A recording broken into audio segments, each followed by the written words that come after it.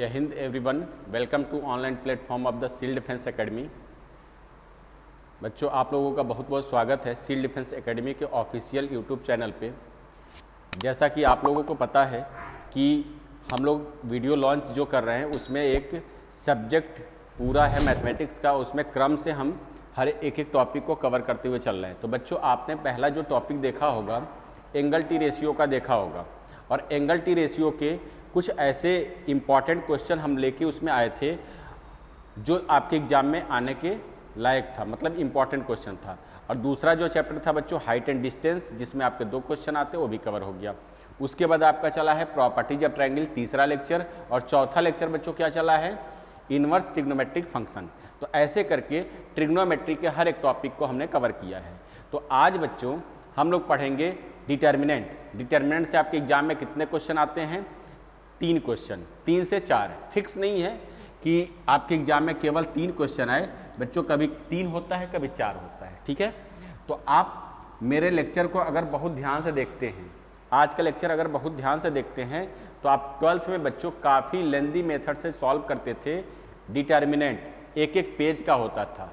विश्वास करिए कि आपका क्वेश्चन केवल 2 से 3 लाइन में सॉल्व हो जाएगा।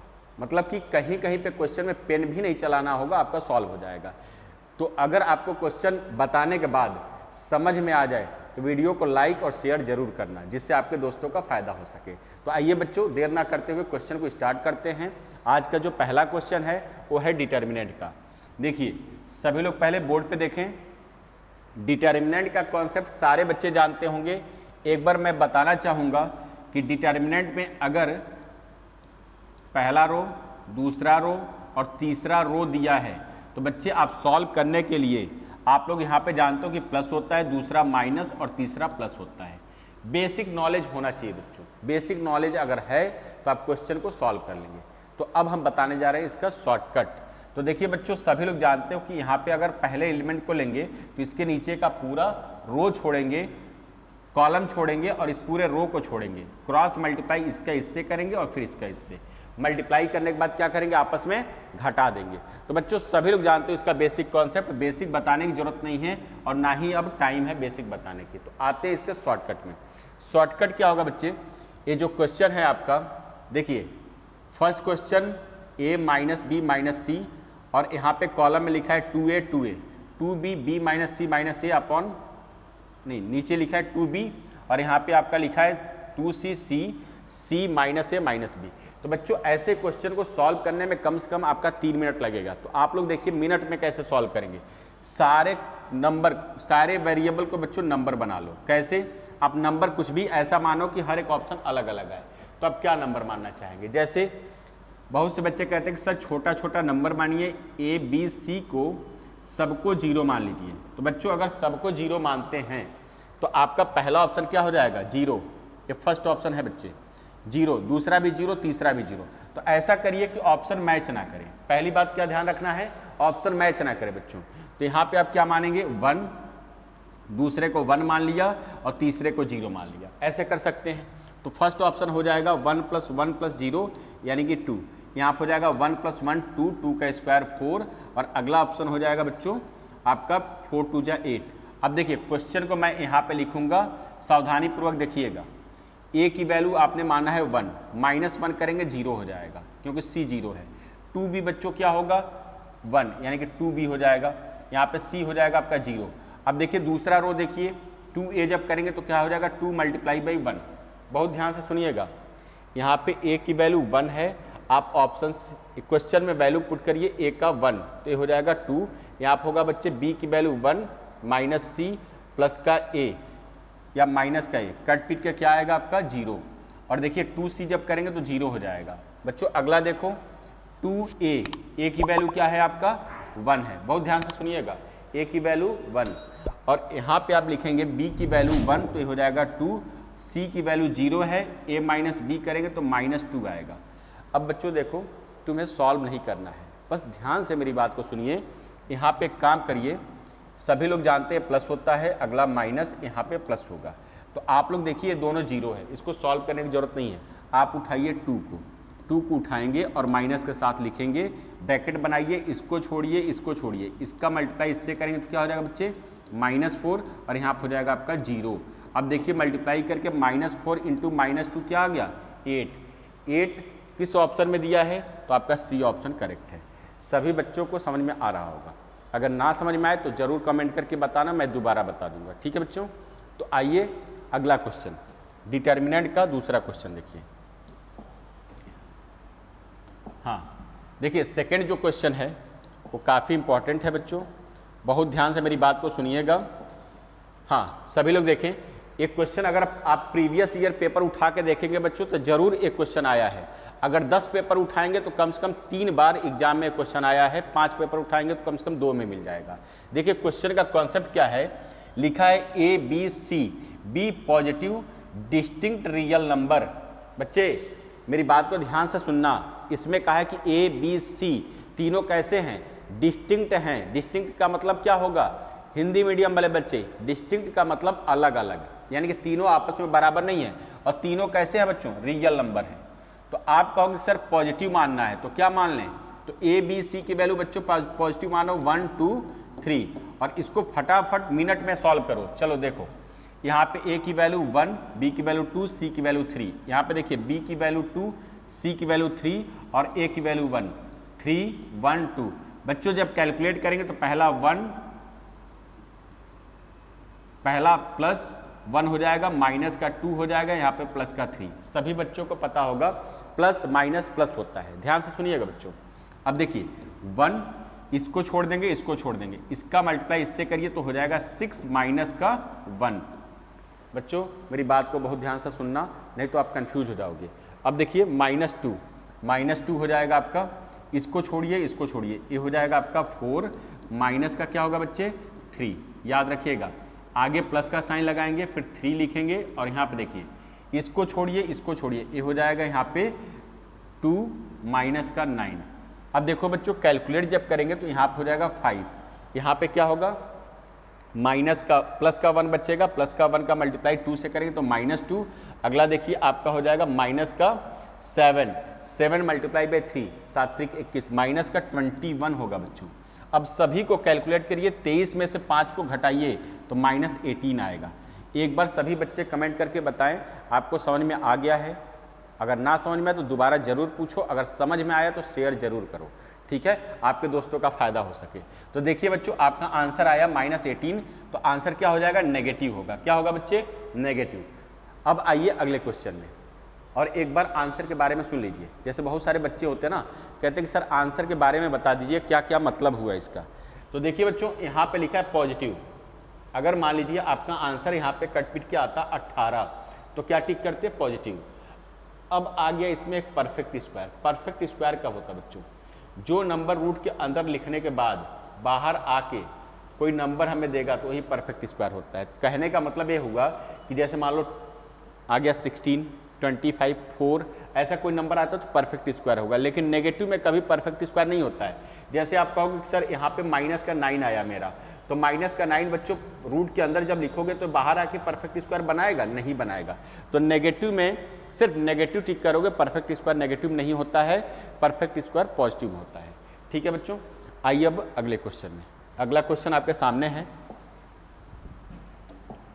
हाँ बच्चे देखो, ये बड़ा शानदार क्वेश्चन है। अगर आप देखेंगे तो आपको लगेगा कि भाई कितना बड़ा एक क्वेश्चन दे दिया।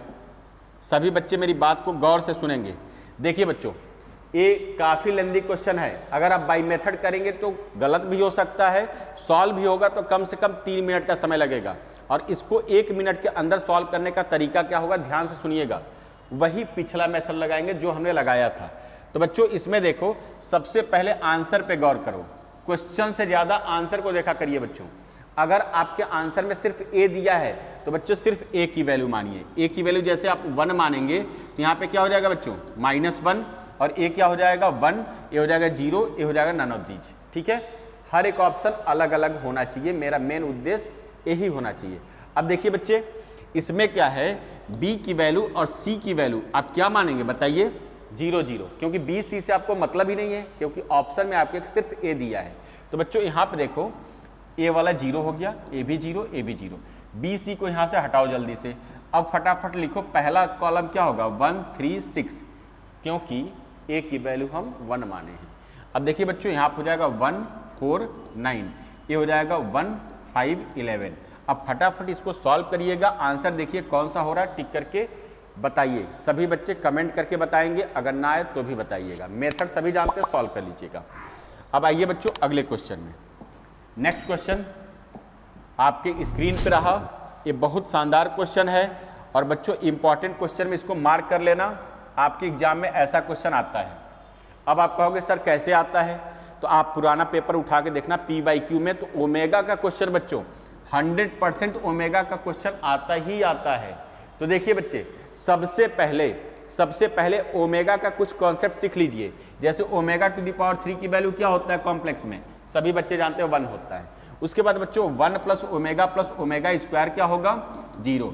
आपको सिर्फ इतना याद रखना है, 1 प्लस ओमेगा स्क्वायर क्या होगा बच्चों 0, इतना याद रखिएगा। अब ध्यान से सुनिए, जब कभी भी बच्चों डिटर्मिनेंट का क्वेश्चन आएगा, क्या आएगा डिटर्मिनेंट का क्वेश्चन, तो आप लोग याद रखिएगा कि पहला रो, ध्यान से सुनिए मेरी बात को, पहला रो जोड़ने पर रिपीट करके देख लेना, पहला रो जोड़ने पर 1 प्लस ओमेगा स्क्वायर है, तो दूसरा रो को फिर से जोड़िए, वो भी 1 प्लस ओमेगा स्क्वायर होना चाहिए और तीसरा भी होना चाहिए। कहने का मतलब रो फर्स्ट, रो सेकंड और रो थर्ड, तीनों को जोड़ने पे बच्चों ए बनना चाहिए, तब आंसर आप डायरेक्ट टिक करिएगा 0। देखिए 1 plus omega square, 1 plus omega square, 1 plus omega square, तीनों रो जोड़ने पे क्या बन रहा है बच्चों 1 प्लस ओमेगा स्क्वायर। तो आंसर क्या टिक करेंगे, डायरेक्ट मारो दन से गोली, तो आंसर क्या हो जाएगा 0। तो आपका आंसर आ गया 0। कौन सा ऑप्शन सही है, सी ऑप्शन। ठीक है बच्चे। अब देखिए इसका अगला क्वेश्चन आपके सामने, एक क्वेश्चन है काफी बड़ा है लेकिन बहुत आसान है। बच्चे मेरी बात ध्यान से सुनिए और एक बार अगर वीडियो अच्छा लग रहा हो तो शेयर जरूर करना, जिससे आपके सभी दोस्त सेलेक्ट हो सके और सभी लोग साथ में ही खड़गवासला में पहुंचो, खड़गवासला में सब जाके वहां पे धूम मचा दो। ठीक है बच्चों, तो आज का ये अगला क्वेश्चन है, काफी इंपॉर्टेंट है, ध्यान से सुनिएगा। देखिए ऐसा क्वेश्चन आप लोग एग्जाम में स्किप करते हो, लेकिन आज के बाद स्किप नहीं करोगे, ध्यान से सुनना। देखिए बच्चों, यहाँ पे आपके सामने लिखा है कंडीशन।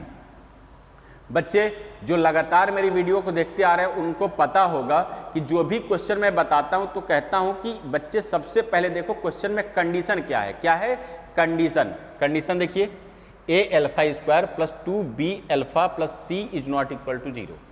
कहने का मतलब ये है कि a b c का वैल्यू ऐसा मानिए कि a 0 के बराबर ना हो, और यहाँ पे एक काम और खराब करने आया है, वह कौन है जो आपका काम खराब कर रहा, तो ए हो जाएगा अल्फा। कौन काम खराब करता है बच्चों, अल्फा। तो अल्फा को भैया तुम यहीं से हटा दो, 0 मान लो। क्या मान लो, अल्फा की वैल्यू 0। अब जैसे अल्फा की वैल्यू 0 मानोगे 0 हो जाएगा, 0। लेकिन सी को बच्चों 0 आपने नहीं माना ना, तो पूरा इक्वेशन 0 का बराबर नहीं होना चाहिए था। जो आपने अल्फा माना तो पूरा इक्वेशन, जैसे कहा था क्वेश्चन में कि पूरा इक्वेशन 0 के बराबर नहीं होना चाहिए था, तो आपका पूरा इक्वेशन 0 के बराबर नहीं हुआ बच्चों, इस बात को याद रखिएगा। और एक बात और, सभी लोग बिल्कुल कान खोल के सुन लो, जब कभी भी क्वेश्चन में बच्चे आपका आंसर में पूछे कि एपी में होगा कि जीपी में होगा कि एचपी में होगा, तो इसमें नंबर मत मानिएगा, क्योंकि डायरेक्ट सॉल्व करेंगे तो आपका आंसर आ जाएगा। सिर्फ आपने क्या किया, अल्फा की वैल्यू माना। बच्चों लास्ट क्वेश्चन है, बहुत ध्यान से सुनना, ये केवल अल्फा की वैल्यू आपने 0 माना, तो यहाँ पे देखिए क्वेश्चन में अल्फा की जगह पे क्या हो जाएगा 0, यहाँ पे 0 हो जाएगा, ए भी 0 हो गया, ए भी 0 हो गया। अब बच्चों इसको यहाँ पे लिख के सॉल्व करो, जैसे A B B B C C B C 0। अब देखिए बच्चों सॉल्व करेंगे तो देखेंगे कि A P G P H P में कौन सा सही है। ध्यान से सुनिएगा, ए को लिखा, इसके नीचे का पूरा कॉलम रो छोड़ा, कॉलम इसको रो को छोड़ा, 0 से मल्टीप्लाई सी का करिए 0, यहाँ पे सी इंटू सी क्या होगा बच्चे सी स्क्वायर। अब देखिए माइनस का बी, इसको छोड़िए ए छोड़िए, बी का मल्टीप्लाई 0 से करिए 0, और ये हो जाएगा माइनस का बी सी, और ये हो जाएगा अगला बी, इसको छोड़ो बी सी माइनस का बी सी। जैसे तुम लोग बी सी करके लड़ जाते हो ना, तो लड़ना नहीं, यहाँ पे देखो बी सी आपस में क्या हो जाएगा बच्चों, कट जाएगा। तो ये आपका कट गया। आंसर देखिए क्या आएगा, 0 के बराबर है पूरा इक्वेशन, तो माइनस का AC स्क्वायर और ये हो जाएगा प्लस का बी स्क्वायर होगा बच्चों। अगला हो जाएगा C इक्वल टू 0, कैलकुलेट करिए तो हो जाएगा B square C equal to AC square. अब बच्चों देखो C से C cancel, B square equal to AC, सभी बच्चे जानते हैं B square equal to AC किसका कंडीशन है, तो AP का है, AP का। और जो बच्चे नहीं जानते हैं वो GP वाला कंडीशन लिख लें, B equal to under root, एक सेकेंड बच्चों ये कंफ्यूज मत होना, ये GP है, मैं गलत बोल गया, ये GP है बच्चों, B square equal to AC GP है। अगर B equal to A plus C divided by 2 आता है तो सभी बच्चे जानते हैं कि AP होता। और बच्चों HP का कंडीशन खटाखट नोट करिए, B इक्वल टू होता 2AC अपॉन में A प्लस C। सभी बच्चों को क्लियर हो गया। अगर ये आपको क्वेश्चन समझ में आ गया है तो इसका आंसर क्या टिक कर देंगे, ABC आर इन GP, यानी कि B ऑप्शन। सभी बच्चों को समझ में आ रहा है? अगर समझ में आ रहा है तो वीडियो को शेयर करिएगा, लाइक करिएगा, और अब मिलते हैं अगले वीडियो में। तब तक के लिए बने रहिए। जय हिंद।